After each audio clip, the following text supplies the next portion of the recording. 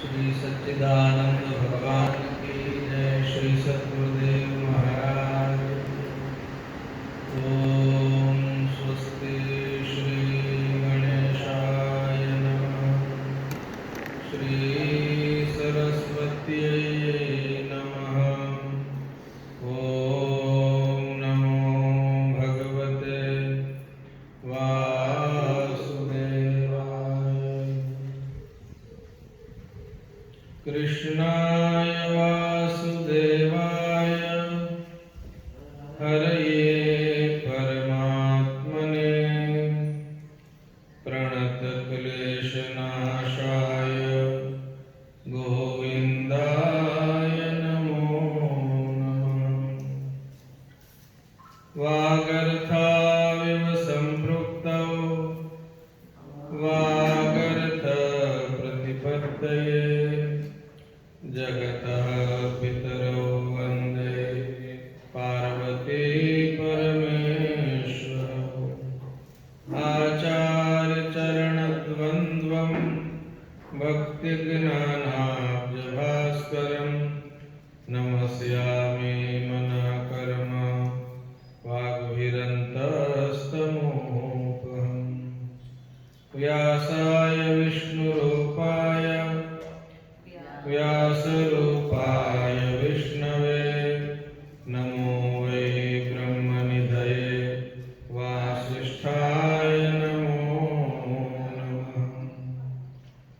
योगीन्द्राय नमस्तस्मै शुकाय ब्रह्मरूपिणे संसारसर्पदष्टं यो विष्णुरातममोच। शङ्करं शङ्कराचार्यं केशवं बादरायणं सूत्रभाष्यकृतौ वन्दे भगवन्तौ पुनः पुनः। ईश्वरो गुरुरात्मेति मूर्तिभेदविभागिने व्योमवद्व्याप्तदेहाय दक्षिणामूर्तये नमः। श्री सच्चिदानंद भगवान की जय। महाराज आप आगे बोलना थी दवा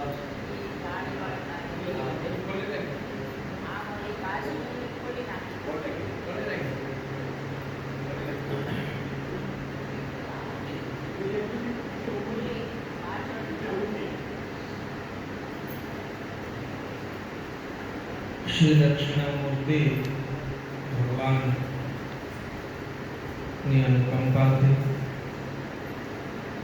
આપણે દક્ષિણામૂર્તિ સ્તોત્ર એનું શ્રવણ કરીએ છીએ.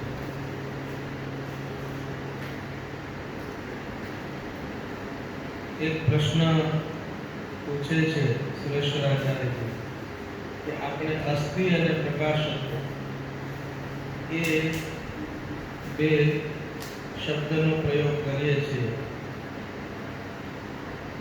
અસ્તિત્વ કોનું છે અને પ્રકાશ કોનો છે? એના ઉત્તરમાં તો એમ જ આવશે કે જે કંઈ સત્તા છે એ સત્તા પદાર્થની નથી પણ પરમાત્માની છે. વેદાંત દર્શન તો એવું કહે છે કે જેવી રીતે આપણે સપનામાં જે કાંઈ સૃષ્ટિ જોતા હોય એની કોઈ વાસ્તવિક સત્તા નથી. માનો કે કોઈ સપનામાં હિમાલય જુએ, એ હિમાલયમાં ગંગા વહેતી હોય, એ વહેતી વહેતી હરિદ્વાર આવે, એમાં આપણે સ્નાન કરીએ. આ બધું જે કંઈ કરીએ તો એની વાસ્તવિક સત્તા નથી, પણ એ પોતાના મનની અંદર જીવ જ પોતે એ રૂપે બને છે. તો સપનામાં જે કાંઈ છે એની સત્તાનો આધાર કોણ છે? અને સપનામાં જે કાંઈ પ્રકાશિત થાય છે એની સત્તાનો આધાર કોણ છે? તો એ પ્રશ્નનો ઉત્તર જેમ આવે એમ આપણે જાગતી વખતે પણ જે કાંઈ સત્તા છે એનો આધાર કોણ છે? પછી એમ પૂછે છે કે એ સત્તા પદાર્થની છે કે સર્વાત્મા ઈશ્વરની છે? ઈશ્વર કોને કહેવાય, જીવ કોને કહેવાય અને સર્વાત્મ ભાવના એટલે શું? આ બધા જ પ્રશ્નોનો ઉત્તર એ પહેલા શ્લોકમાં આપે છે. દક્ષિણામૂર્તિ સ્તોત્રનો પ્રથમ શ્લોક એટલે એમાં આ બધાનો ઉત્તર આપ્યો છે. આપણે બધા એ શ્લોકનું સાથે મળી અને ઉચ્ચારણ કર્યું. ઘણા લોકો પાસે દક્ષિણામૂર્તિ સ્તોત્રની ઝેરોક્ષ પણ છે.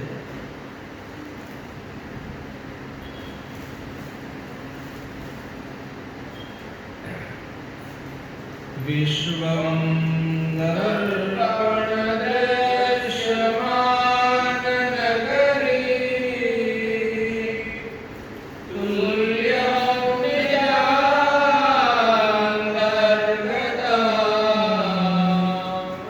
પશ્યાન્નાત્મનિમાયા પરિમો ભૂતં યથા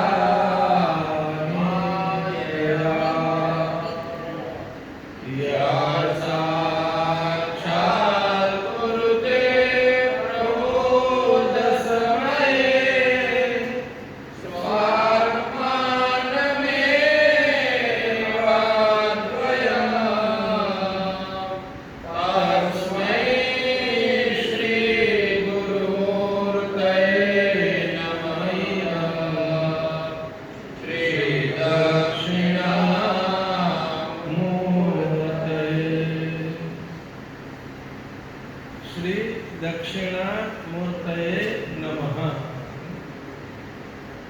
આપણે બધા સદાશિવ ભગવાન શ્રી દક્ષિણામૂર્તિને પ્રણામ કરીએ. સંસ્કૃતમાં શ્લોક બનાવે છંદોબદ્ધ હોય એટલે આ શાર્દુલ વિક્રીડિત નામનો છંદ છે. શાર્દુલ વિક્રીડિત છંદ છે. એમાં વંદન કરે છે. દક્ષિણામૂર્તિ ભગવાન કેવા છે એટલે પહેલા એનું વિશેષણ આપે છે ગુરુમૂર્તિ. આપણા સૌના ગુરુ સ્વરૂપ છે. આપણે દક્ષિણામૂર્તિ ભગવાનને જોયા નથી, પણ શંકરાચાર્ય ભગવાનને જોયા છે અને એમને ગુરુ સ્વરૂપમાં એનો સાક્ષાત્કાર છે. અને દક્ષિણામૂર્તિ ભગવાનનો જેમને જેમને સાક્ષાત્કાર થાય એને ગુરુ સ્વરૂપમાં જ થાય. જ્ઞાન આપે, કાંઈ બોલે નહીં પણ બોલ્યા વગર જ્ઞાન આપે. એક બી શબ્દ ના બોલે અને જ્ઞાન આપે. આ એમની કૃપા, એમનું સામર્થ્ય કહીએ. તે દક્ષિણામૂર્તિ ભગવાન કેવા છે એ પ્રથમ શ્લોકમાં વર્ણન કરે છે. વિશ્વમ દર્પણ દૃશ્યમાન નગરી. આ આખું વિશ્વ, એ વિશ્વ કોના જેવું છે?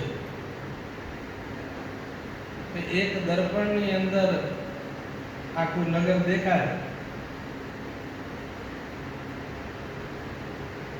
દર્પણમાં જેમ નગર દેખાય એમ આપણી ચેતનાના દર્પણમાં આખું જગત છે પ્રતિબિંબિત થઈ રહ્યું છે. જગત છે એ સમગ્ર જગત આપણા ચેતનાના ચેતનાની અંદર પ્રતિબિંબિત થાય છે, ચેતનામાં દેખાય છે.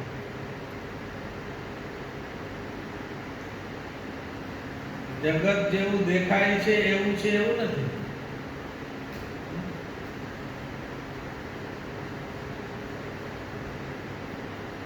કોઈ માણસનું કપડું લાલ દેખાય તો લાલ છે એવું જ નક્કી ના થાય. તો આપણે એને લાલ કહીએ. જાંબલી છે જાંબલી છે એવું નક્કી નથી, એ બીજું બી હોય છે.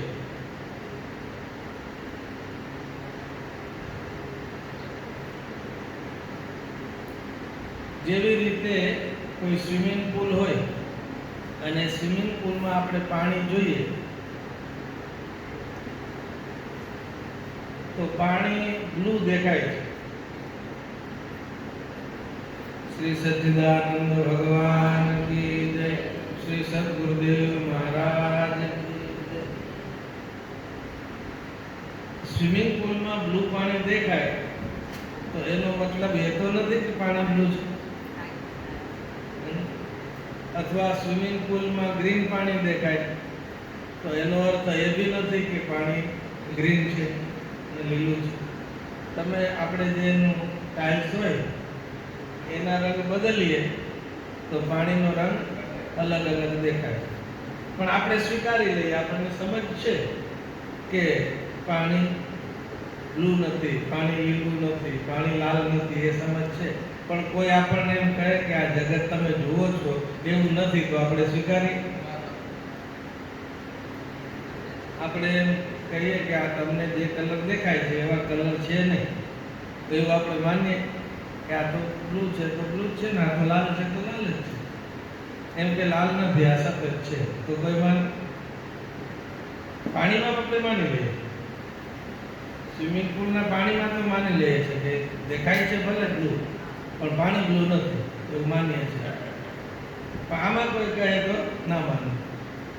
અમારે ઘરે બહાર જે બાંધ્યું છે એમાં ઉપર છે ગ્રીન કલરનું પતરું છે પ્લાસ્ટિકનું, તો એમાં જે રંગનું કપડું મૂક્યું એવું ના દેખાય, બીજા રંગનું દેખાય, રંગ બદલી નાખે. તો આપણે પાણીના રંગને જેવું જોઈએ છે એવું નથી માનતા અને એનો રંગ આપણે સાચો રંગ એનો ખબર છે. તો એ કેમ નથી માનતા? તો કે એના અધિષ્ઠાનની આપણને ખબર છે. પાણીનો જે રંગ બદલાય છે એ એના અધિષ્ઠાનને આધારે બદલાય છે. અધિષ્ઠાન એનું છે એ બીજું છે એટલે એનું દર્શન બીજું છે. એટલે જે કાંઈ દર્શન થાય છે એ અધિષ્ઠાનની સત્તાને આધારે થાય છે. જે અધિષ્ઠિત છે એનાથી નહીં, પણ અધિષ્ઠાન એનો આધાર છે, એની સત્તાને આધારે એના રંગ બદલાય છે. એટલે વેદાંતમાં અધિષ્ઠાન છે ને એ અધિષ્ઠાનનો અર્થ થાય છે બ્રહ્મ. અધિષ્ઠાન એ બ્રહ્મ છે, અધિષ્ઠાન એ પરમાત્મા છે. પરમાત્માની સત્તાને લીધે આ બધું દેખાય છે. એની પોતાની કોઈ સત્તા નથી, પોતાનું અસ્તિત્વ નથી. તો આખું વિશ્વ છે એ એક પ્રતિબિંબ છે, પડછાયો છે. આપણને એમ લાગે કે આપણે તો આ જગતને અડીએ તો કઠણ લાગે છે, ઊંચું લાગે છે, એનું તો અસ્તિત્વ ખરું કે નહીં એનો અનુભવ થાય. પણ આપણે સપનામાં જોઈએ ને તો સપનામાં બી પાણાને અડીએ તો કઠણ જ લાગે, સપનામાં પાણીને અડીએ તો ઠંડુ જ લાગે. ત્યાં તો પાણી એ નથી, પથ્થર એ નથી, અડનાર બી નથી, કોઈ છે નહીં, પણ બધું લાગે છે. આપણને સપનું છે એ સપનું લાગે છે અને મહાપુરુષોને આખું જગત છે એ પણ સપના જેવું લાગે છે.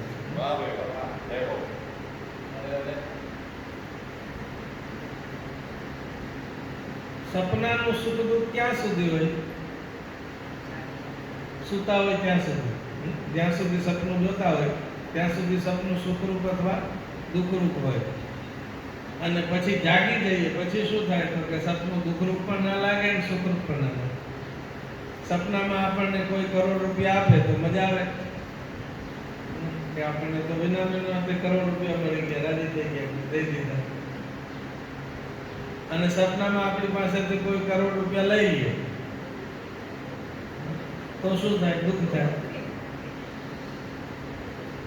અને એ બંને વ્યક્તિ જ્યારે જાગી જાય ત્યારે એવું સમજે ને કે સપના કરોડ રૂપિયા પણ ખોટા હતા, કોઈએ લઈ લીધા એ બી ખોટું, કોઈ આપ્યા એ બી ખોટું. એટલે જાગતા હોય ત્યારે પછી સપનાના સુખ દુઃખ રહેતા નથી. એમ જગતના સુખ દુઃખ બી ત્યાં સુધી છે જ્યાં સુધી જગત વ્યક્તિ છે એ સૂતો છે. વ્યક્તિ છે એ સૂતો છે તો બોલે આપણે તો જાગીએ છીએ. કે આપણું જાગવું પણ સુવા જેવું છે. આપણે જાગીએ છીએ પણ શાસ્ત્રની દ્રષ્ટિમાં આપણે જાગતા નથી. અત્યારે બી આપણે સૂતા છીએ. તુલસીદાસજી મહારાજને પૂછીએ કે જાગ્યો કોણ કહેવાય, તો એ બતાવશે. જાનીએ તબહી જીવ જગ જાગા, જબ સબ વિષય વિલાસ વિરાગા. જાગ્યો ત્યારે કહેવાય જ્યારે અંતઃકરણમાં કોઈ પણ પ્રકારની ઈચ્છા ના રહે. કોઈ પણ પ્રકારની ઈચ્છા નહીં. જાનીએ તબહી જીવ જગ જાગા, જબ સબ વિષય વિલાસ વિરાગા. આપણે ભક્તિ કરતા કરતા કે જ્ઞાનાનુષ્ઠાન કરતા કરતા શીખીએ શું? શીખવાનું કેટલું? તો ગીતાજીનો 15મો અધ્યાય છે, એમાં એક શ્લોક છે. એટલે મનુષ્યના જીવનની ભક્તિની યાત્રા કે જ્ઞાનની યાત્રા, અધ્યાત્મની યાત્રા, એને આટલું પ્રાપ્ત કરવાનું. નિર્માણ મોહા જીત સંગ દોષા, અધ્યાત્મ નિત્યા, વિનિવૃત્ત કામા, દ્વંદ્વે વિમુક્તા, સુખ દુઃખ સંગે, ગચ્છન્ત્ય મૂઢા, પદમભ્ય યમતત. આટલું કરવાનું. પણ થાય આટલું બોલવું કેટલું? 1 મિનિટ બી ના લાગે. પણ એ પ્રાપ્ત કરતા કરતા નિર્માણ મોહ, માન અને મોહથી બહાર નીકળી ગયો. માન મોહની સીમામાંથી બહાર નીકળી જાય. જીત સંગ દોષા, કોઈ પણ વ્યક્તિની કે વસ્તુની આસક્તિ ન કરે. આસક્તિ ન રાખે. વાક્ય તો આટલું જ છે, આસક્તિ ન રાખવી. પણ એ છૂટે નહીં. અધ્યાત્મ નિત્યા, ભગવાન એવું કહે છે કે અધ્યાત્મ નિષ્ઠ રહેવું, નિત્ય અધ્યાત્મ રહેવું. અહીંયા બી કીધું અધ્યાત્મ નિત્યા, ને 13મા અધ્યાયમાં પણ એવો શબ્દ આવે છે, અધ્યાત્મ જ્ઞાન નિત્યત્વ. અધ્યાત્મ જ્ઞાનમાં અચલ છે.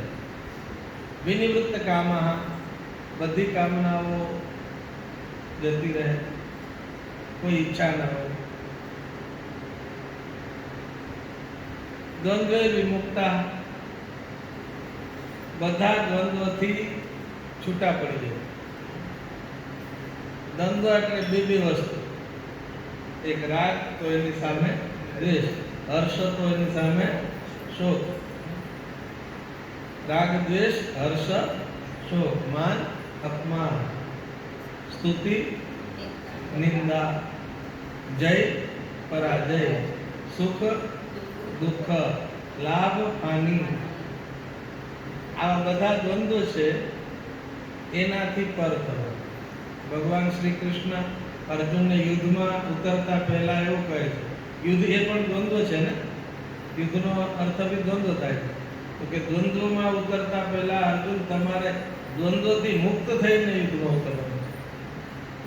દ્વંદ્વમાં ઉતરવાનું છે, પણ દ્વંદ્વમાં દ્વંદ્વ મુક્ત થઈને ઉતરવાનું. સુખ દુઃખે સમય કૃત્વા, લાભા લાભો, જયા જયો, તત્વ યુદ્ધા યુજ્યસ્વ, નૈવમ પાપમ વાપસસે. આટલું બધું કરે તો એને અવ્યય પદ પ્રાપ્ત થાય. અને એ કોને કોને પ્રાપ્ત થાય? થોડુંક એક ભજન ગંગા સતીજીનું તમને ખૂબ જ સંભળાવજો વચ્ચે વચ્ચે, એટલે આપણને બી અનુકૂળતા રહે. થોડું સંગીતનો નાદ બ્રહ્મ થઈ જાય ને, ડમરું વાગી જાય શંકર ભગવાન.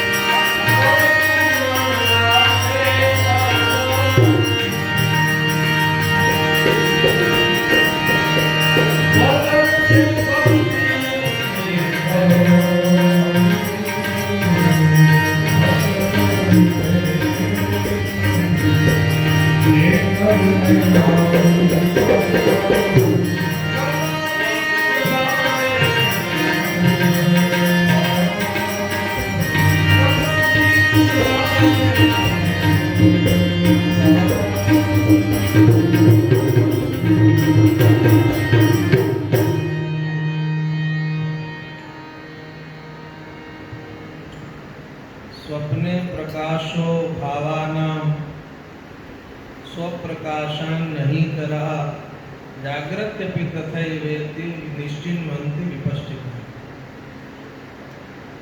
આ શ્લોકમાં એ બતાવ્યું છે સ્વપ્નની અંદર જે પદાર્થ પ્રકાશે છે, આપણને દેખાય છે, એ બધા પદાર્થ પોતાની જાતમાં નથી, પોતાના સ્વરૂપે નથી, પણ જોનારની સત્તાથી એ પ્રકાશિત થાય છે. સ્વપ્નમાં જેટલું બધું બનીએ એટલું આપણે પોતે જ બનીએ છીએ. એ જીવ સૃષ્ટિ છે. હિમાલય બની દેખાય તો હિમાલય આપણે જ બન્યા. ગંગા નદી દેખાય તો ગંગા નદી આપણે જ બન્યા. એમાં હાથી દેખાય તો હાથી આપણે જ બન્યા. નાનું મોટું જે કંઈ બનીએ છીએ એ સ્વપ્નનું જગત એ બધું આપણું સર્જન છે. એ જીવ સૃષ્ટિ છે.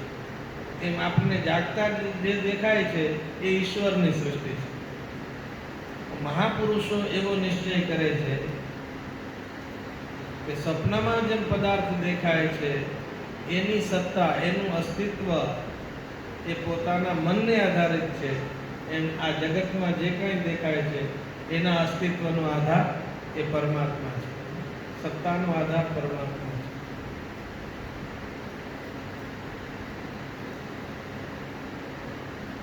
મનુષ્ય જ્યાં સુધી સૂતો છે ત્યાં સુધી સપનું જોઈ શકે.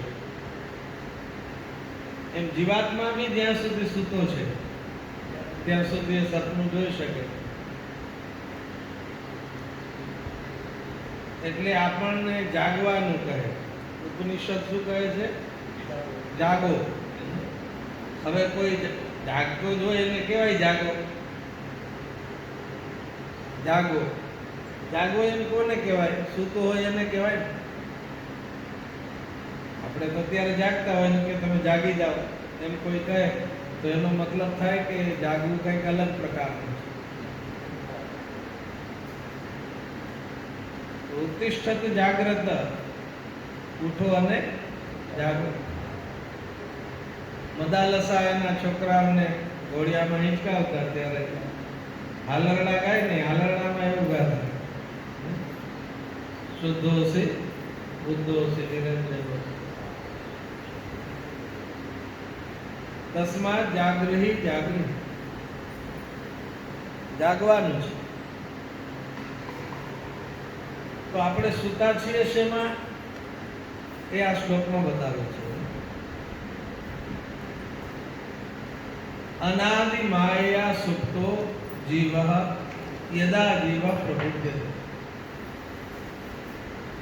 અનાદિ માયાથી જીવ સૂતેલો છે. માયાથી જીવ સૂતો છે. અને માયા કેવી છે?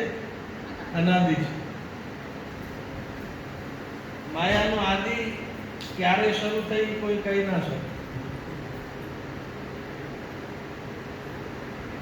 માયા અનાદિ છે. એ માયામાં જીવ સૂતો છે, સુષુપ્ત છે. માયાની નિદ્રામાંથી જ્યારે જાગૃત થાય. આ શ્લોકમાં બે પાઠ આવ્યા. કોઈક નિદ્રયા બોલ્યું ને કોઈક માયા બોલ્યું, એટલે બે પાઠાંતર હશે. આપણા શ્લોકોમાં પાઠાંતરો છંદ ભંગ થયા વગર શબ્દ બદલી દે, બદલાયેલા હોય. એ પાઠાંતર ઘણા બધા આવતા હોય. તો અનાદિ માયાથી સૂતેલો જીવ છે એ જ્યારે જાગે ત્યારે જે જુએ છે એનું નામ અદ્વૈત તત્વ છે. સૂતો હોય ત્યાં સુધી તો દ્વૈત છે. જાગૃત થાય પછી એને બધું પોતાનું નિજ સ્વરૂપ દેખાય. બધા અવસ્થામાં જે દેખાય છે એ સાચું દર્શન નથી. સાચું દર્શન નથી. દર્શન છે પણ સાચું દર્શન નથી. એટલે શાસ્ત્રમાં એવા શબ્દો મૂકવા પડ્યા. સમ્યક દર્શન, સમ્યક દર્શન. જૈન શાસ્ત્રમાં, જૈન ધર્મમાં આ શબ્દ આવ્યા. સમ્યક દર્શન, સમ્યક જ્ઞાન, સમ્યક ચારિત્ર્ય એવા શબ્દ આવ્યા. સમ્યક દર્શન, દર્શન ખરું આપણું, આપણે બી જગતને જોઈએ છે, પણ એ સમ્યક દર્શન નથી. જગતને બ્રહ્મ રૂપે જોઈએ એ સમ્યક દર્શન. આખા જગતને બ્રહ્મ રૂપે દર્શન. માયામાં સૂતેલો જીવાત્મા છે એ જ્યારે જાગી જાય ત્યારે એવું માને છે કે હું અજન્મા છું. અજમ અનિદ્રમ. આપણે ક્યારેય સૂતા નથી, આપણે ક્યારેય સૂતા નથી એવું કહે તો આપણે માની કે આપણે ક્યારેય સૂતા નથી? એવું કોઈ કહે તો કે આપણે તો રોજ સૂઈ જાય છે. આપણે સૂતા નથી એ હકીકત છે, પણ આપણે તો માનીએ છીએ કે આપણે સૂઈએ છીએ, આપણે જાગીએ છીએ. શાસ્ત્ર એવું કહે છે કે આત્મા સૂતો નથી, આત્મા સૂતો નથી. જો આત્મા સૂઈ જાય તો પછી એને અનુભવ થોડો થાય. સૂઈ જાય તો એને અનુભવ ના થાય. આત્મા સૂતો નથી હોતો, એ તો જાગતો જ હોય છે. તો સૂઈ કોણ જાય છે? તો શાસ્ત્ર એવું કહે, ગ્રંથો એવું કહે કે જાગે છે ને સૂવે છે આપણી બુદ્ધિ સૂવે છે. આપણી બુદ્ધિ છે એ બુદ્ધિ જાગે છે, એ બુદ્ધિ સૂવે છે અને એ બુદ્ધિ સપનું જુએ છે. ત્રણ કામ આપણે કરતા હોય. કાં તો આપણે જાગતા હોઈએ, અત્યારે આપણે જાગીએ છીએ આપણી પરિભાષામાં, તો આપણી બુદ્ધિ છે એ જાગૃત છે, અત્યારે શું થઈ રહ્યું છે બધું જુએ છે. કાં તો આપણે સૂઈ ગયા હોઈએ તો પછી આપણને કંઈ ખબર ના હોય, અને કાં આપણે સપનું જોતા હોઈએ. ત્રણમાં એક વસ્તુમાં જોઈએ 24 કલાક. કાં જાગતા હોઈએ, કાં સૂઈ ગયા હોઈએ અને કાં સપનું જોતા હોઈએ. પણ આ ત્રણેય વસ્તુ કામ કોનું છે? બુદ્ધિનું છે. બુદ્ધિનું કામ છે, આત્માનું કામ નથી. તો આત્મા શું કરે? તો આત્મા તો તુરીય અવસ્થા વાળો છે. આપણે તુરીય અવસ્થા શબ્દ ઘણી વખત સાંભળીએ છીએ. આત્મા આ બધામાં સાક્ષી રૂપે કન્ટિન્યુ હોય છે. આત્મા એ બધામાં સાક્ષી રૂપે એ સતત હોય. આપણે જાગતી હોય બુદ્ધિ તો આત્મા જોઈએ, સપનું જોતા હોય તો આત્મા ના પ્રકાશમાં એ સ્વપ્ન દેખાય, અને ઊંઘી ગયા હોય તો સુખાનુભૂતિ અને અજ્ઞાન અનુભૂતિ, અજ્ઞાનની અનુભૂતિ, એ બંને વસ્તુ, બંને પ્રકારના અનુભવ એ આત્મા કરે છે. તો એ બધાનો સાક્ષી છે, ત્રણેય અવસ્થાનો સાક્ષી છે. એ સાક્ષી અવસ્થા તુરીય અવસ્થા. એશામ સાક્ષી આત્મા, આ બધાનો સાક્ષી એ આત્મા છે. પણ સાક્ષી હોય છે ને એ બી ઘણી વખતે શું થાય, એના રંગમાં રંગાઈ જાય. અને સુખ દુઃખ હોય ને, પણ બુદ્ધિને સુખ દુઃખ થાય એટલે એના રંગે રંગાઈ જાય છે. સ્ફટિક મણિ છે એનો પોતાનો રંગ કયો? સફેદ. સ્ફટિક મણિ છે એનો પોતાનો રંગ છે સફેદ છે. સ્ફટિક ના શિવલિંગ હોય છે ને, તમે દર્શન કર્યું હશે, સ્ફટિક ના કર્યું, શ્વેત હોય, પાણી. અને અમદાવાદમાં અદ્વૈત આશ્રમ છે, ત્યાં સ્ફટિકનું શિવલિંગ છે. આખો શિવલિંગ સ્ફટિકનું છે.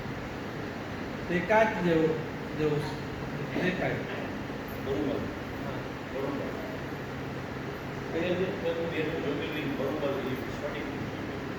સ્ફટિકનું શિવલિંગ. તો સ્ફટિક મણિ હોય એ સ્ફટિક મણિની પાસે જેવા રંગનું આપણે ફૂલ મૂકી દઈએ તો સ્ફટિક મણિ એવા રંગમાં દેખાય, જેવા રંગનું. એને પાસે મૂકી એવા રંગમાં સ્ફટિક દેખાય. પાણી પણ જેવા રંગના પાત્રમાં નાખીએ એવા રંગનું દેખાય. એનો પોતાનો રંગ નથી, પણ બીજાનો રંગ એના ઉપર આરોપિત થઈ જાય. પોતાનો ગુણધર્મ ના હોય, બીજાનો ગુણધર્મ દેખાય તો એ આરોપિત ગુણધર્મ કહેવાય. આરોપિત છે નહીં. એમ આત્મા નું સ્વરૂપ, આત્મા એને જન્મ ના થાય, એને મૃત્યુ ના થાય. જન્મ અને મૃત્યુ એ આત્માનું નથી, શરીરના છે. શરીરના છે. શરીરના ગુણધર્મ છે એ આત્મામાં દેખાય છે. પછી ભૂખ અને તરસ એ બી આત્માના નથી. આપણે એવું બોલે કે મને ભૂખ લાગી છે, આવું તો કહીએ ને, મને ભૂખ લાગી છે, મને તરસ લાગી છે, તો આ મને છે એ આત્મા છે. પણ આપણને તો ક્યારેય ભૂખ લાગતી જ નથી. આત્માને ક્યારેય ભૂખ લાગતી નથી. આત્માને ક્યારે તરસ બી લાગતી નથી. એ ભૂખો કે તરસો ક્યારે થતો નથી. તો એ કોના ધર્મ છે? તો ઉપનિષદ કે પ્રાણના ધર્મ છે. પ્રાણના ધર્મ છે. ભૂખ અને તરસ એ પ્રાણના ધર્મ છે. પછી આપણે ક્યારેક એવો અનુભવ કરીએ, હું સુખી છું, હું દુઃખી છું.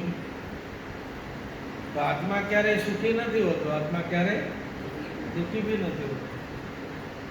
આત્મા સુખી કે દુઃખી નથી. તો સુખી કે દુઃખી કોણ છે? તો કે મન છે. મન છે. સુખી અને દુઃખી થાય છે મન છે.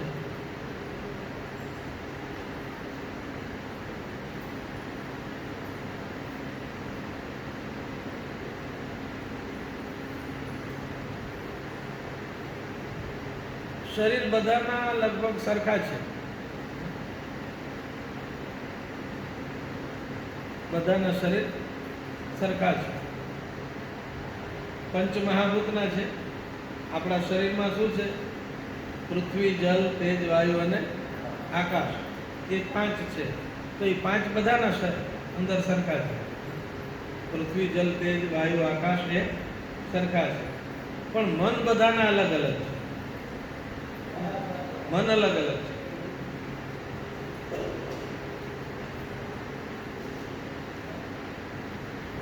એટલે એક સરખી ગરમી હોય, માનો કે એક કમરો આપણને મળ્યો હોય, નોન એસી હોય, નોન એસી હોય, એ કમરામાં આપણે સુવાનું છે. 10 જણાને એમાં કીધું કે તમારે અહીંયા વિશ્રામ કરવાનું, રહેવાનું છે.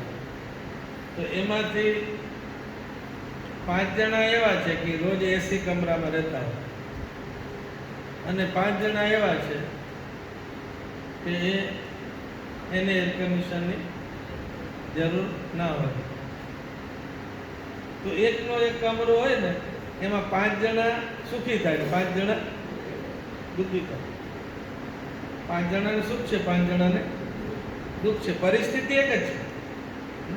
પરિસ્થિતિ એક જ છે, પણ સુખ દુઃખની અનુભૂતિ અલગ અલગ છે. સુખ દુઃખની અનુભૂતિ અલગ અલગ છે. આપણે જ્યારે નોકરીમાં લાગ્યા હોઈએ શરૂઆતમાં, ત્યારે 5,000 પગાર હોય. 5,000 પગાર હોય તો કેટલી મજા આવે. આજથી 30-35 વર્ષ 5,000 પગાર હોય તો વાહ. પછી એનો એ વ્યક્તિ 15-20 વર્ષ નોકરી કરે, પછી એનો પગાર 50,000 થઈ ગયો. અને પરિસ્થિતિ એવી આવે કે 5,000 માં એને નોકરી કરવી પડે પછી કોઈ કાળે. તો એ 5,000 સુખ આપે કે દુઃખ આપે? પછી 5000 તો એના જ છે, એ વ્યક્તિ એનો જ છે, પણ એની મનોભૂમિકા બદલાઈ જાય છે. તો સુખ દુઃખનો આધાર છે એ મનુષ્યનું મન છે. સુખ દુઃખનો આધાર મનુષ્યનું મન છે. એટલે આપણે ઉપનિષદોમાં એવું વિવર્ણન આવે કે મનુષ્ય આ જગતની અંદર આવીને શું પ્રાપ્ત શું કરે છે? આ જગતમાં આવીને આપણે મેળવ્યું શું? મેળવ્યું શું?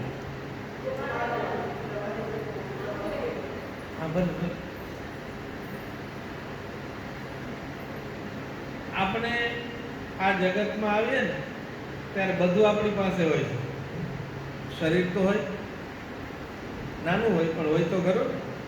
શરીર હોય, બુદ્ધિ બી હોય છે, ખબર બી હોય છે, કાંઈક તો ખબર હોય ને. નાનું બાળક બી આવે છે ને, એને બી બધી ખબર ના હોય પણ કાંઈક તો ખબર હોય ને. ગ્રંથોમાં એવું આવે છે કે બાળક જ્યારે જન્મે ને ત્યારે એને ખબર હોય છે કે માનું સ્તનપાન કરીએ એટલે દૂધ મળે, એટલી એને ખબર. એ ભગવાન આપતી આગલા જન્મની સ્મૃતિ છે. એને તો શીખવી શકાય નહીં, પણ એ જન્મે એટલે માતાનું દૂધપાન કરે છે એ એને ખબર છે. એટલે અમુક વસ્તુની એને બુદ્ધિ છે. તો આપણે આ જગતની અંદર આવીએ પછી ધીમે ધીમે જે પ્રાપ્ત કરીએ છીએ ને એ આપણું મન છે. મનને પ્રાપ્ત કરીએ છીએ. મન વિકસિત થાય છે.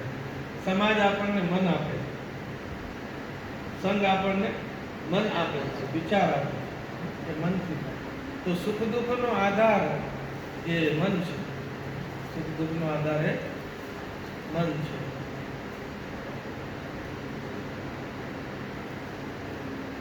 તો શરીરનો ધર્મ જરા અને મૃત્યુ. વૃદ્ધાવસ્થા છે, બાલ્યાવસ્થા છે, જન્મ, જરા, મૃત્યુ એ બધા શરીરના ગુણધર્મ છે. ભૂખ અને તરસ છે એ પ્રાણના ધર્મ છે, અને સુખ દુઃખ છે એ મનના ધર્મ છે. પણ હું તો મન બી નથી, હું તો પ્રાણ બી નથી, હું તો શરીર બી નથી, એવું તો કે છે ને મનો બુદ્ધિ અહંકાર નિર્વાણ ષટક સ્તોત્ર છે. મેં સમજાવ્યું છે કે હું તો આ નથી, હું તો આ નથી, હું તો આ નથી. એટલે ભૂખ લાગે છે, મને નથી લાગતી, પ્રાણને લાગે છે. હવે એ પ્રાણને કોઈ વ્યક્તિ કંટ્રોલ કરે તો એને ભૂખ ઓછી લાગે. એ પ્રાણને કંટ્રોલ કરે તો તરસ ઓછી લાગે. પ્રાણને અમુક પ્રકારની ટ્રેનિંગ આપે, એ ટ્રેનિંગ એ યોગશાસ્ત્રમાં બતાવી હોય. યોગશાસ્ત્રની અંદર એ બતાવી રહે છે કે અમુક જગ્યાએ પ્રાણ રાખે તો પછી એને તરસ ના લાગે, ભૂખ બી ના લાગે. તો પ્રાણના ધર્મ છે. પ્રાણાયામ કરે તો એને ભૂખ તરસમાં બી સંયમ આવે.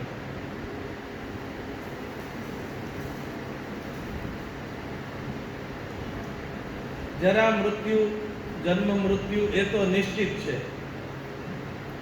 એમાં કોઈ રોકી શકે નહીં. એ કાલક્રમે નિશ્ચિત જ હોય. જે કાળમાં આપણે જન્મ લઈએ એ કાળના નીતિ નિયમોને ફોલો કરવા પડે. આ કાળ છે એ કલિકાળ છે, એમાં 100 વર્ષનું આયુષ્ય હોય તો એના નિયમને આપણે અનુસરવું પડે. પ્રાણ ઉપર સંયમ થાય તો ભૂખ અને તરસ ઉપર નિયંત્રણ આવે. એ મન ઉપર સંયમ થાય તો સુખ અને દુઃખ ઉપર નિયંત્રણ આવે. સુખ દુઃખમાં નિયંત્રણ નથી. તો આ બધા જે છે એ તરંગો છે. સુખ દુઃખ છે એ મનના તરંગ છે. તરંગ છે એ દરિયો નથી. તરંગ દરિયામાં આવે છે, તરંગ દરિયો નથી. ષટપદી સ્તોત્ર છે ને, શંકરાચાર્ય ભગવાન ષટપદી સ્તોત્ર છે. સામુદ્રો હિ તરંગ. તરંગ છે સમુદ્રનો છે, પણ સમુદ્ર તરંગો નથી. તો સુખ અને દુઃખ છે એ તરંગ જેવા છે, મનની તરંગ છે. એક ભજન બી આવે છે, મન કી તરંગ માર દે બસર હો ગયા ભજન છે. તમને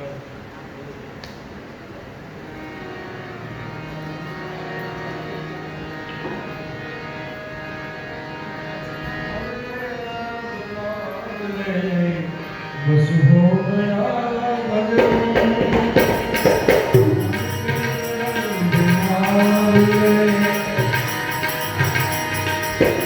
आदत बुरी सुधार बस हो गया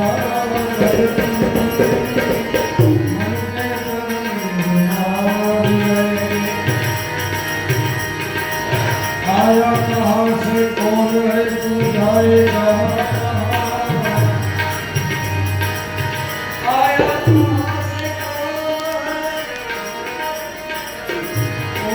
जाएगा इतना नहीं मन विचार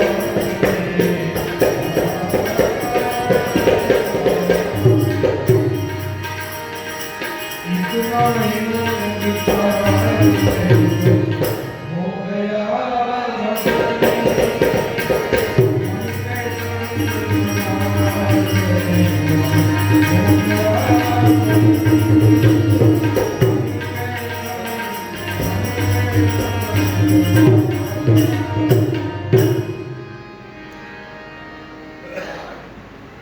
તો આ શ્લોક એ સમજાવે છે કે માયામાં સૂતેલો જીવ જાગે ત્યારે એ પોતાને અજન્મા માને છે, પોતાને નિદ્રાથી રહિત માને છે, પોતાને સ્વપ્નથી રહિત માને છે.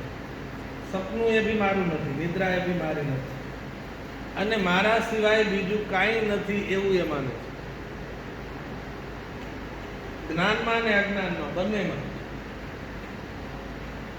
સૂતી વખતે બી આપણે સમજીએ છીએ કે આપણા સિવાય બીજું કોઈનો અનુભવ આપણને થતો નથી.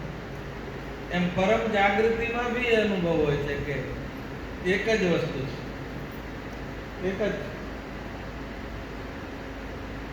જ્યાં સુધી મનુષ્ય આધ્યાત્મિક ઊંચાઈથી દૂર હોય ત્યાં સુધી એમાં ઘણો બધો વિસ્તાર ફેલાવો, પણ જેમ જેમ એ ઉપર જાય ને એમ એક થતું જાય. આપણે સૂરજ જોઈએ, સૂરજ માંથી કિરણો સવારે નીકળે તો જમીન ઉપર હોય તો ઘણા મોટા વિસ્તારમાં હોય, પછી ઉપર જેમ જેમ જાય ને તો એ ભેગા થતા હોય, અને સૂર્યમાં એ બિલકુલ કેન્દ્રિત ભેગું થઈ જાય. પર્વતમાં બી એવું હોય, નીચે મોટો હોય તો જેમ જેમ ઉપર જાય ને શિખર આવે ત્યાં બધું ભેગું થઈ જાય. એમ જ્ઞાનમાં બી ધીમે ધીમે કરતા કરતા અદ્વૈત અવસ્થા. જ્યાં સુધી અજ્ઞાન છે ત્યાં સુધી દ્વૈત છે, અને જ્યારે અજ્ઞાન મટી જાય ત્યારે દ્વૈત. એકત્વનું દર્શન કરે, અદ્વૈતનું દર્શન કરે.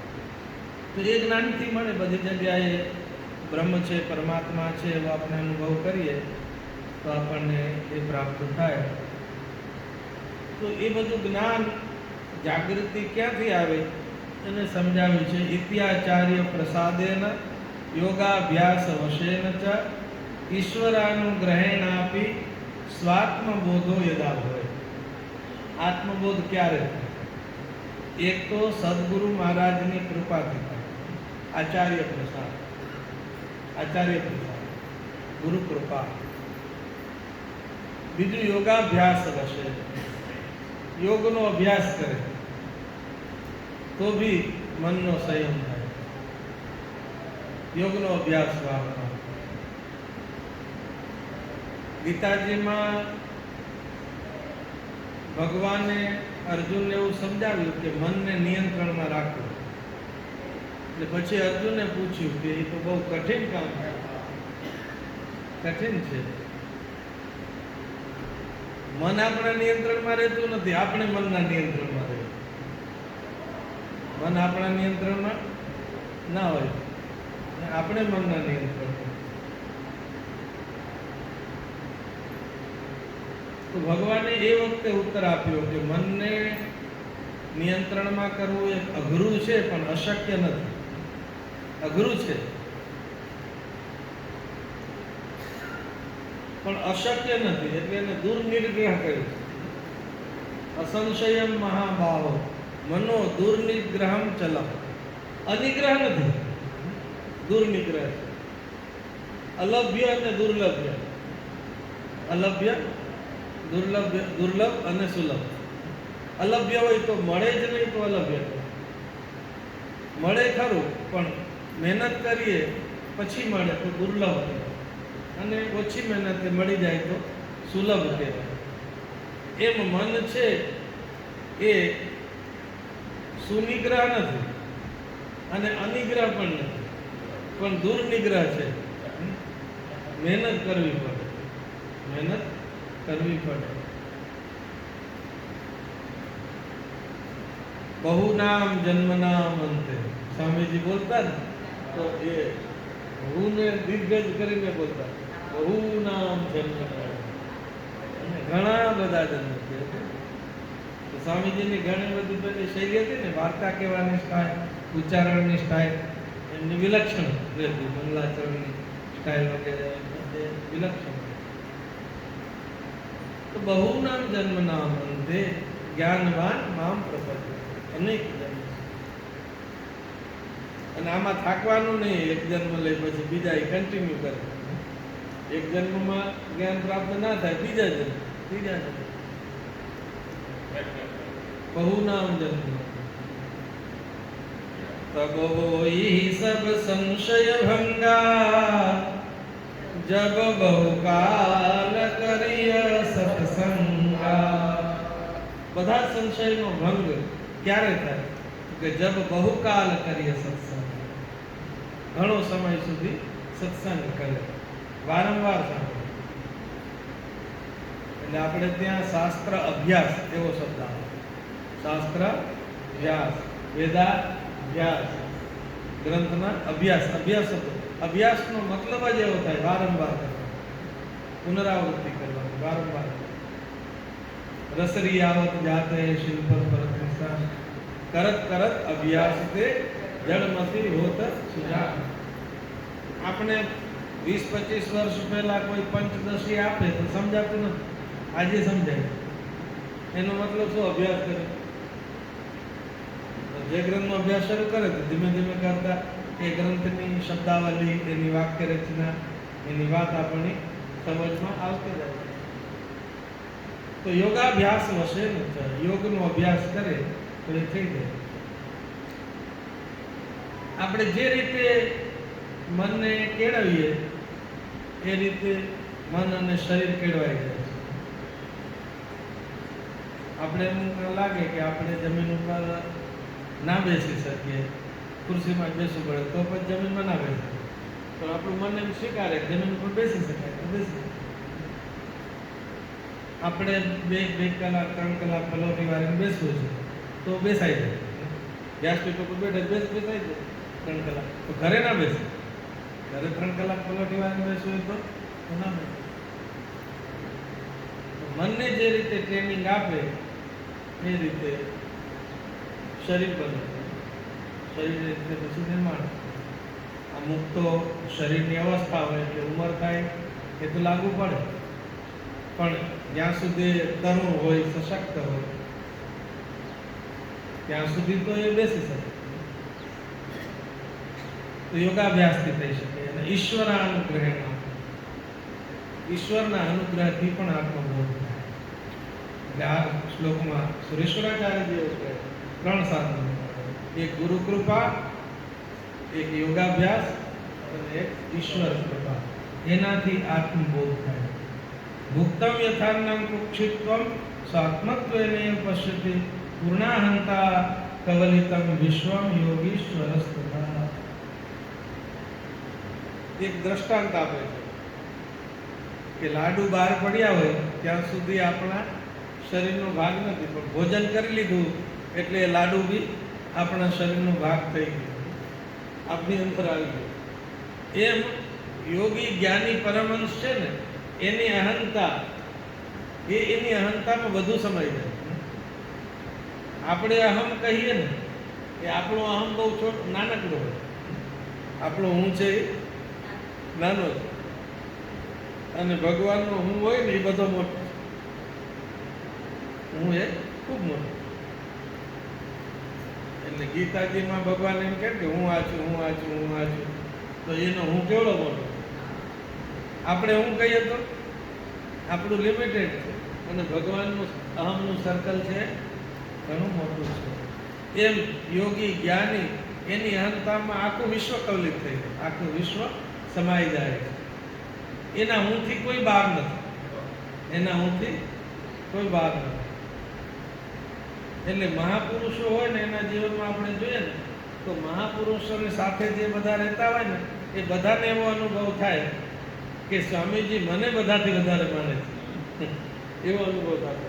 કારણ કે એનું જે અહંતાનું મમતાનું સર્કલ છે એ મોટું હોય છે, ખૂબ વિશાળ હોય. તો પૂર્ણાહંતા કવલિતમ વિશ્વમ યોગીશ્વર સંસાર. આપણે ભોજન કરી લીધા પછી ભોજનની વસ્તુ આપણી પેટમાં જાય પછી એ આપણું જેમ ભાગ બની જાય શરીરનો, એવી રીતે યોગીશ્વર જ્ઞાની મહાપુરુષો એ બધાના અહંતાનું આખું વિશ્વ છે ભાગ બની. યથા સ્વપ્ને નુપો ભૂત્વા ભૂત્વા ભોગાનિ થેપ્સિતા ચતુરંગ બલોપેત શત્રું જીત્વા રણાંગણે પરાત પરાજિતો ભૂત્વા વનમ પ્રાપ્ય તપશ્ચરં મુહૂર્ત માત્રમાત્માનં મન્યતે કલ્પજીવિનમ. એક દ્રષ્ટાંત આપે કે કોઈ વ્યક્તિ સ્વપ્નમાં જુએ છે કે હું રાજા થઈ ગયો. સ્વપ્નમાં રાજા થઈ ગયો. સ્વપ્નમાં કોઈક રાજા થઈ, પછી એને મોટું રાજ્ય મળ્યું. રાજ્યમાં ઘણા બધા ઉપભોગ એને પ્રાપ્ત થયા. આગળ ગાડીઓ ચાલતી હોય, પાછળ ગાડીઓ ચાલતી હોય, મોટા મોટા રોડ હોય, સેવકો હોય, છત્રો હોય, સેના હોય, સેવકો હોય, કેટલા બધા પ્રકારના ભોજન સામગ્રી હોય, રોજ 56 ભોગ હોય. એ બધા ભોગો એને પ્રાપ્ત થયા. ભોગવા ભોગા યથેપ્સિતા, જેવા જોઈએ એવા બધા ભોગ. રાજા મહારાજાઓને તો હોય ને, કેટલાક રાજાઓ એવા હોય કે એના ઘરે રોજ આખા વિશ્વમાં દરેક દેશની વાનગી બને. પછી વાનગી તો બધી થોડી ખાઈ શકે, એટલે એ રાજા પછી જોવા આવે ને, જોઈએ એની સાથે એના સેવકો બી હોય. એટલે એ નજર કરે કે હવે આજે આ આટલીમાંથી આપજો, પણ એને ત્યાં બંને બધું રોજ બને. પછી એના સેવકો ખાય.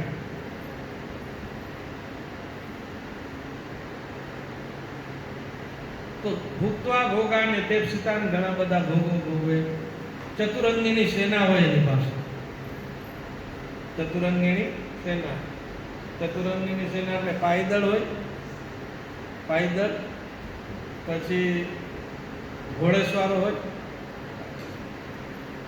હાથીનું દલ હોય, રથ હોય. તો એ બધા જ 4 પ્રકારના સૈનિકો હોય. અને એ સેના લઈને આ બધું સપનામાં થાય છે. સપનું જુએ છે કોઈ વ્યક્તિ કે એમાં રાજા થયો, ચતુરંગની સેના યુદ્ધના મેદાનમાં લડવા ગયા અને શત્રુને જીત્યા. ઘણા શત્રુઓને જીતી લીધા એટલે વાવા જય જયકાર થઈ. પછી પાછું થોડા સમય પછી યુદ્ધ થયું તો બીજા રાજા આવ્યા, એણે આને હરાવી દીધો. આમાં કઈ નક્કી તો છે જ નહીં કે કોણ ક્યારે જીતે.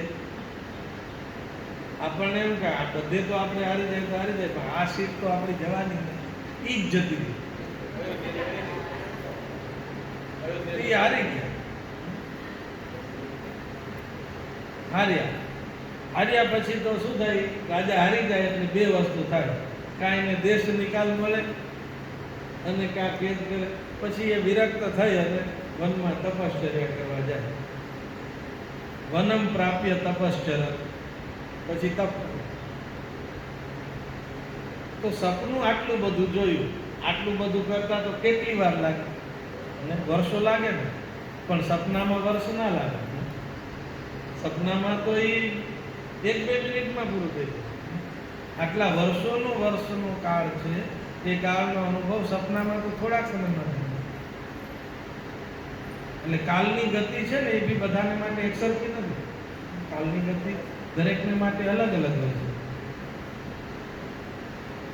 આપણું 1 વર્ષ થાય ત્યારે દેવતાઓનો 1 દિવસ થાય.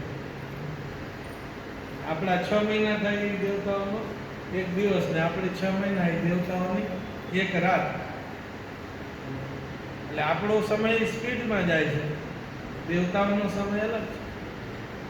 પિતૃઓનો સમય આપણો 1 મહિનો એટલે પિતૃઓનો 1 દિવસ.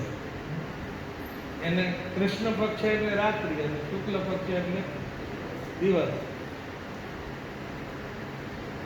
તો એવા દરેકના સમય અલગ અલગ હોય. અને બ્રહ્માજીનો સમય હોય એ પાછો એનો સમય બી અલગ. એમ જેટલા બી જીવજંતુઓ છે ને, આપણને એમ થાય કે આપણે સવારે જાગ્યા, સાંજ પડી તો એમાં કીડી મકોડા નથી, એની તો કેટલું થઈ જતું હોય. સુઈ જાય પાછ જાગી જાય એનું બધું અલગ હશે કાલગતિ. તો દરેકની કાલગતિ અલગ અલગ હોય છે. એટલે જાગતા હોય ત્યારે સમય ચક્ર અલગ હોય છે. સપનાનું સમય ચક્ર બી અલગ હોય. સપનાની ગતિ બી અલગ હોય. સુખી માણસની કાલગતિ બી અલગ હોય, દુઃખી માણસની બી અલગ. આપણે સુખમાં હોય તો ફટાફટ દિવસો હોય છે, અને દુઃખમાં હોય તો સવાર સાંજ જ ના પડે કે આ તો રાત પડતી નથી, જલ્દી થતું નથી. તો કાલની ગતિ તો એ કહે છે કે મુહૂર્ત માત્ર, આ બધું એક મુહૂર્ત માત્રમાં થોડા સમયમાં એ અનુભવ કરી લે. એક કલ્પ જીવી લે, થોડા સમય, એક મુહૂર્તમાં આખા કલ્પ પર્યંતનું જીવન જીવી લે. પણ એ સાચું કે ખોટું? સાચું કે ખોટું? ખોટું તો કઈ રીતે કહી શકાય? એમાં બી સુખ દુઃખ થાય છે, એમાં બી આનંદ થાય, એમાં બી બધું અનુભૂતિ તો સરખી જ છે ને. એટલે ખોટું નથી તો કે સાચું છે, તો કે સાચું નથી. સાચું બી નથી, ખોટું બી નથી. અને એક અર્થમાં સાચું બી છે અને ખોટું બી છે. સાચું ક્યારે છે? કે સૂતા હોય ત્યાં સપનું જોતા હોય ત્યાં સુધી સાચું છે, જાગ્યા પછી ખોટું છે. એટલે સાચું એ છે અને ખોટું છે. સાચું છે એટલે ખોટું નથી, અને ખોટું છે એટલે સાચું નથી. તો જે આવું છે તેવું છે એવું ના કહી શકાય, એને કહે છે અનિર્વચનીય. એ અનિર્વચનીય છે. એટલે ભગવાનનો આ સંસાર માયા છે એ અનિર્વચનીય છે. એટલે એને સત પણ ના કહી શકાય અને અસત પણ ના કહી શકાય, પણ છે ખરું, અસ્તિત્વ છે. તો એક મુહૂર્તની અંદર જે આ બધો અનુભવ થાય સપનાનો, એ સપનાનો અનુભવ એ મનોરાજ્ય છે. એમ જાગ્રત કાલે બી મનોરાજ્યમ કરો તે સૌ, તથા જાગ્રત તથૈવ જાગ્રત કાલે બી મનોરાજ્યમ કરો તે સૌ. જાગ્રત કાલમાં બી આ જે કાંઈ છે એ મનોરાજ્ય છે. પેલું સ્વપ્નનું રાજ્ય હતું એવું આ મનોરાજ્ય છે. મન જ્યાં સુધી છે ત્યાં સુધી આ બધું સાચું છે. અને મનથી પર થઈ ગયા તો એ સત્ય નથી. આ બધી જ ઉપાધિઓ છે. આપણે ગુજરાતીમાં કે હિન્દીમાં ઉપાધિ શબ્દનો અર્થ પ્રયોગ કરીએ છીએ, પીડાના અર્થમાં કરીએ છીએ. તો ઉપાધિનો અર્થ વેદાંત દર્શનમાં એવો થાય કે આવરણ છે, જે હોય નહીં પણ એના ઉપર એવું લગાવેલું. પાણીનો પોતાનો રંગ અલગ છે, પણ આજુબાજુના સંગને કારણે જે રંગ બદલાય એને ઉપાધિ કહેવાય, આજુબાજુનો. એમ આત્મા છે આપણો, એ આત્માને બી ઉપાધિ છે, અંતઃકરણની ઉપાધિ. અંતઃકરણ અવચ્છિન્ન ચૈતન્ય, એ રીતે દાર્શનિક શબ્દાવલીમાં સમજાવે. અંતઃકરણમાં ઘેરાયેલું ચૈતન્ય, અંતઃકરણમાં ઘેરાયેલું ચૈતન્ય છે. તો એવું બધી ઉપાધિ છે. તો આ મનોરાજ્ય છે. કાલ નદ્યો ગવે યોગેન ક્ષીણમાયો ન પશ્યતિ, મેં ગચ્છન્નો સુમાલીવ માયયા મોહિતોધિકમ, કિંચિત કરતા જ કિંચિજ્ઞો लक्ष्यते परमेश्वरः यद् यद् करोति जानाति तस्मिन् तस्मिन् परेश्वरः राजा विद्वांस सामर्थ्यात् ईश्वरोऽयमितिर्यते। तो जागृत अवस्था में पण એ મનોરાજ્યની જેમ સમજે। એક દ્રષ્ટાંત અહીંયા પણ આપ્યું છે અને યોગ વિવેક ચૂડામણીમાં બી આપે છે કે સૂરજ હોય એ સૂરજને વાદળ ઢંકાઈ જાય, વાદળ વચ્ચે આવી જાય તો આપણે શું શું કહીએ છીએ, શબ્દ બોલીએ છીએ, સૂરજ ઢંકાઈ ગયો, સૂરજ ઢંકાઈ ગયો વાદળ, એવું કહીએ ને। પછી આપણાથી 2-4 કિલોમીટર કોઈ બીજો વ્યક્તિ હોય તો એને પાછો સૂરજ દેખાતો હોય, એને સૂરજ દેખાય છે તો એને સૂરજ ઢંકાયો નથી, તો ઢંકાયો પણ છે, સૂરજ નથી ઢંકાયો, સૂરજ તો બહુ મોટો છે પણ આપણી દ્રષ્ટિ ઢંકાય, આપણી દ્રષ્ટિ નાની છે એટલે સૂરજની વચ્ચે આવે, પણ આપણે બોલીએ સૂરજ ઢંકાઈ ગયો, સૂરજ ઢંકાઈ ગયો, સૂરજ ઢંકાતો નથી, દ્રષ્ટિ ઢંકાય।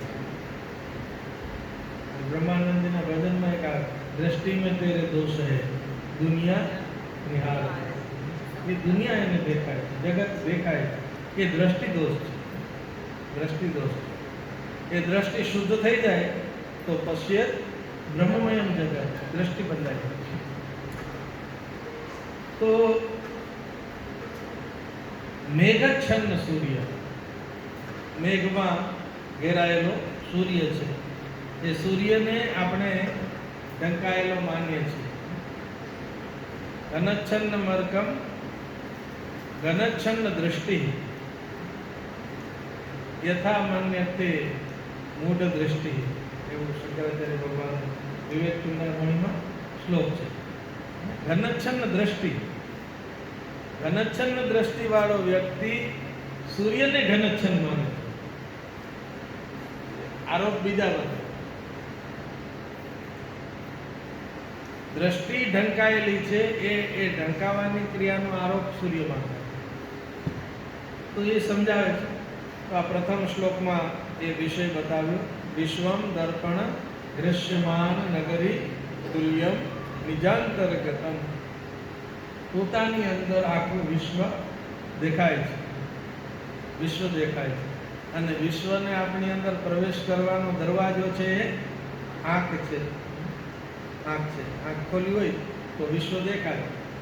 અત્યારે આ બધું ભવન છે ને એમાં આપણે બધા બેઠા છીએ, બધું દેખાય, પણ આંખ બંધ થઈ જાય તો, આંખ બંધ કરી દઈએ તો તરત એ દ્રશ્ય ગાયબ થઈ જાય, બીજું દ્રશ્ય શરૂ થઈ જાય। આંખ બંધ કરી દઈએ એટલે બીજું દ્રશ્ય શરૂ થઈ જાય।